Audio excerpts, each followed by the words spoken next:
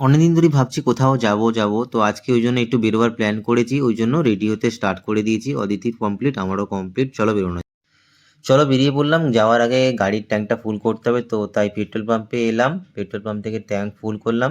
চলো বেরিয়ে পড়েছি আমরা, আমাদের গাড়ি ছুটতে শুরু করেছে। তো এইভাবে ওর সাথে যেতে যেতে একটা কবিতার লাইনই বারবার মনে আসছে, পথ বেঁধে দিল বন্ধনহীন গ্রন্থি, আমরা দুজন চলতি হওয়ার পন্থী। তো কথা বলতে বলতে চলো চলে এসেছি কোলাঘাট।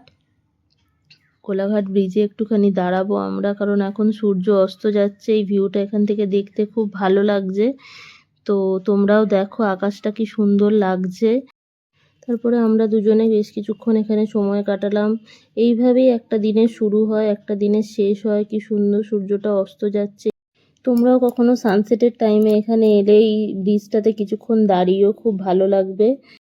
তারপর আমরা এখানে কিছুক্ষণ দাঁড়িয়ে সময় কাটাচ্ছিলাম, ফটোশ্যুট করছিলাম।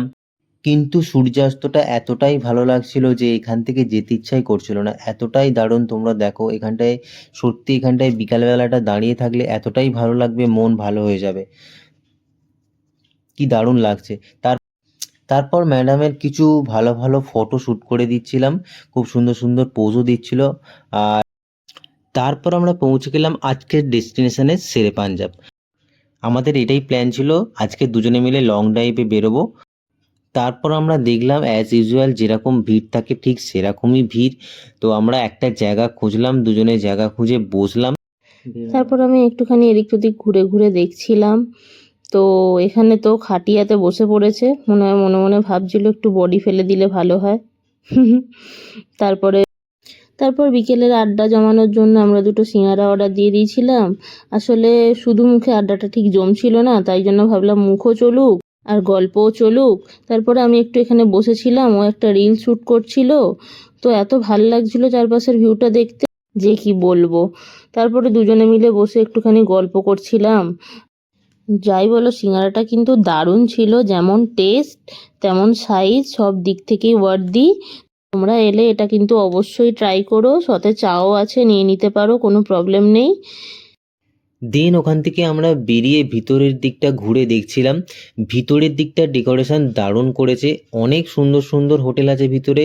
তো বসার জায়গা আছে, আড্ডা মারার জায়গা আছে। আমরা এখানে বসে বসে অনেকক্ষণ গল্প করেছি, আড্ডা মেরেছি, দারুণ জায়গাটা ভিতরে লাগলো আমার, অদিতিরও দারুণ লেগেছে।